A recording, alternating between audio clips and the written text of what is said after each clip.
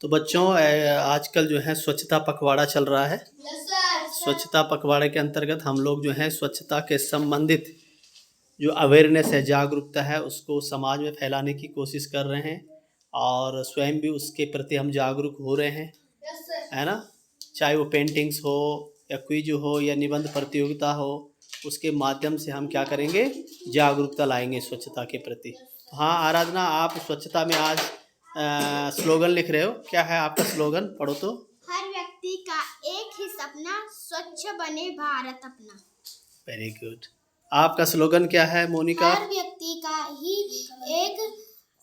एक ही सपना, स्वच्छ बने भारत अपना। Very good.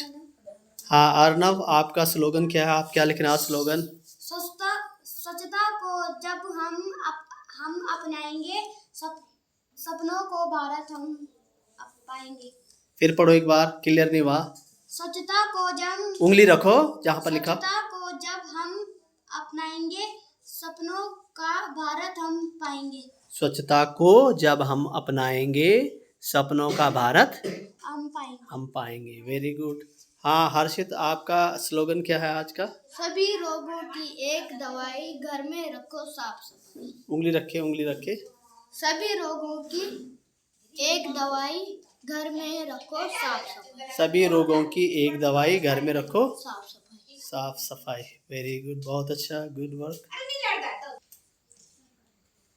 स्वच्छता की आदत हमें होनी चाहिए, है ना। विद्यालय जो है जब हम सुबह आते हैं तो साफ़ सफाई के साथ आना चाहिए, अपने नाखून कटे हुए होने चाहिए, है ना, नहा करके और कपड़े जो हैं साफ़ होने चाहिए।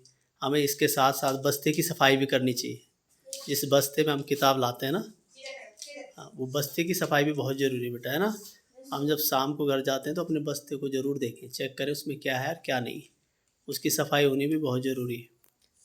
डेली तुम उसको पीठ पे लाते हो बस्ते को ना, है ना, तो उस बस्ता अगर गंदा होगा तो वो आपके कपड़ों को भी तो गंदा कर देगा, है ना। तो उसकी साफ़ सफाई बहुत ज़रूरी है। बार बार हम बस्ते से क्या कहें, किताब निकालते हैं, कॉपी निकालते हैं, पेंसिल निकालते हैं, हाथ डालते उसमें ना, तो उसमें स्याही गिरी होगी तो क्या होगा, हमारे हाथ भी गंदे हो जाएंगे। तो वहाँ भी साफ़ सफाई होनी है। बाकी घर की साफ़ सफाई तो बहुत ज़रूरी है, हम जहाँ पर रहते हैं, है ना। तो साफ़ सफाई बहुत ज़रूरी है, क्योंकि अगर हम साफ़ सफाई से नहीं रहेंगे तो क्या हो जाएगा, क्या हो जाएगा, बीमारियां हो जाएगी तरह तरह की। वेरी गुड, हर्षित ने कहा कि तरह तरह की बीमारियां हो जाएगी, है ना। हमें कई प्रकार की बीमारियां हो जाती है ना। हाँ, कीटाणु हमारे हाथों से चले जाएंगे हमारे खाने में, अगर हमारे नाखून नहीं कटे होंगे। इसलिए नाखून कटे होने बहुत ज़रूरी, स्वास्थ्य हमारा खराब हो जाएगा ग्रुप, है ना।